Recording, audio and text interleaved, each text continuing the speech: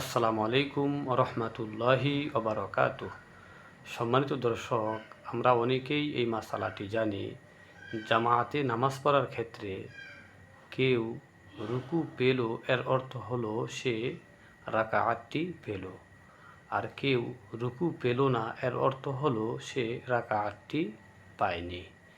এখন প্রশ্ন হলো, রুকুতে কোন অবস্থায় শামিল হলে রুকুটি পেয়েছে বলে বিবেচিত হবে এবং কোন অবস্থায় রুকুতে শামিল হলে রুকু পায়নি বলে বিবেচিত হবে?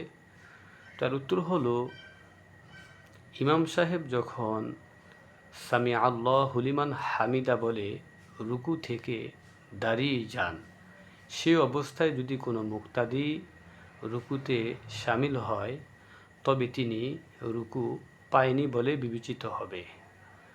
আর কোনো মুক্তাদি যদি রুকুতে যাওয়ার পর সাথে সাথেই ইমাম সাহেব রুকু থেকে সামি আল্লাহু লিমান হামিদা বলে দাঁড়িয়ে যান এবং সেই মুক্তাদি রুকুতে যাওয়ার পর একবার তাসবিহ পাঠ করবে, সেই সময়টুকুও না পায়, তথাপিও সে মুক্তাদি রুকু পেয়েছে বলে বিবেচিত হবে।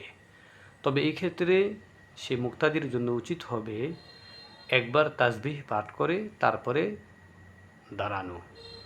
সম্মানিত দর্শক, এই মাসালাটি ফাতাওয়ে হিন্দিয়া সহ ফাতাওয়ার বিভিন্ন গ্রন্থে উল্লেখ রয়েছে। আমরা মাসালাটি শেয়ার করে দিব যাতে সাধারণ নামাজি যারা আছে তারা যেন মাসালা জেনে সে মোতাবেক নামাজটা পড়তে পারে।